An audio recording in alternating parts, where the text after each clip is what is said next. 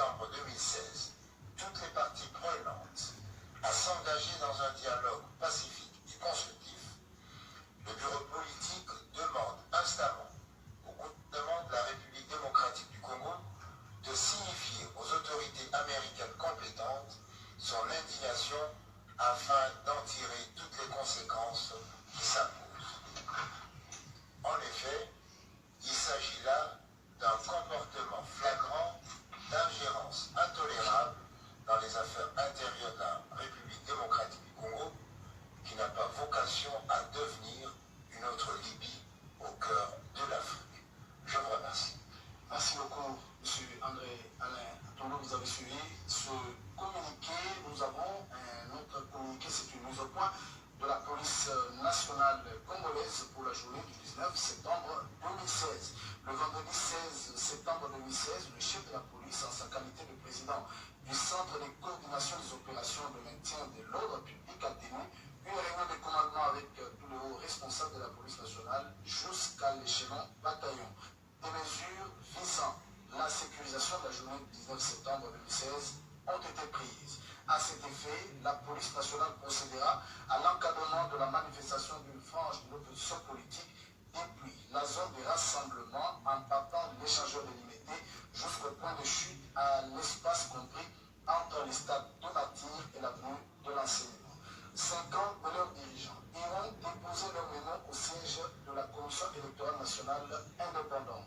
Les commandants d'unité de la police nationale ont été instruits de veiller à ce qu'aucun acte de discipline ni celui portant violation des droits humains ne soit posé par les hommes sous leur commandement. Les contrevenants s'exposeront à des sanctions sévères. Quant aux dirigeants et organisateurs de la manifestation du 19 septembre 2016, la police leur demande de s'abstenir de briser le compromis, de ne respecter que l'itinéraire convenu avec l'hôtel de ville et qu'aucune perturbation de l'ordre public ne sera tolérée. Il est demandé à toutes celles et à tous ceux qui n'ont pas opté de se joindre aux manifestants d'évacuer librement à leurs occupations. Monsieur André, nous vous disons merci d'être venu, à moins que vous ayez un mot de la fin avant qu'on passe au livre. C'est moi qui vous remercie. Merci beaucoup, au plaisir. Poursuivons ce journal en rapport avec cette marche.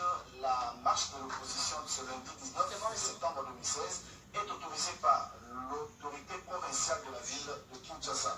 André Kimbuta a précisé les itinéraires et l'échangeur délimité est retenu comme point de rassemblement. Cette manifestation s'arrêtera au terrain en face du stade de Martyr, comme nous le demandons dans ce reportage signé Lisette Mouchina. Je vous informe que contrairement à tout ce que vous avez déjà raconté dans les réseaux, dans vos chaînes de télévision, c'est aujourd'hui et maintenant que je confirme que je vais prendre acte de la marche qui organise le rassemblement. Donc, je prendrai acte parce que nous nous sommes mis d'accord sur le point de rassemblement qui est l'échangeur d'unité et sur le point où va se tenir le meeting, c'est là où nous nous retrouvons. Donc, le point de rassemblement sera échangeur, c'est qu'il y a une marche qui sera organisée de l'échangeur en passant par ici, en passant par Libération, Salimbenefe, Kabamba, l'avenue Kasavubu, et ils vont rentrer ici pour tenir leur meeting. Et après le meeting, il y a une délégation de l'opposition qui ira déposer le mémo à la CENI.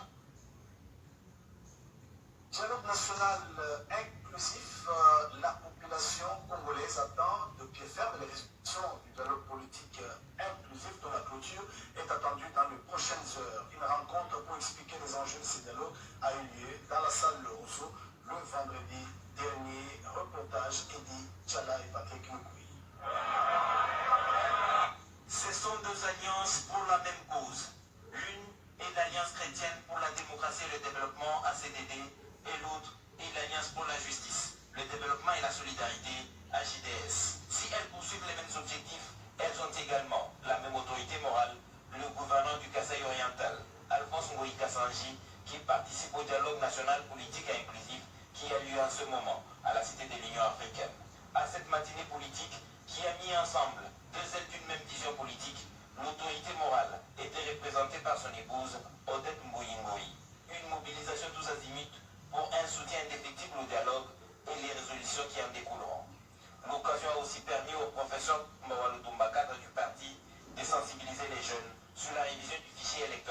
sensibiliser nos bases afin que ces derniers se préparent pour les prochaines échéances électorales, notamment en participant massivement aux opérations d'enrôlement et soutenir, comme il est de droit, les résultats qui vont découler du dialogue national et apporter notre soutien à l'autorité morale de la majorité présidentielle, Joseph Kabila Kabange, le président de la République, pour tous les efforts qu'il cesse de consentir afin que la paix chèrement acquise dans notre pays puisse se pérenniser à jamais.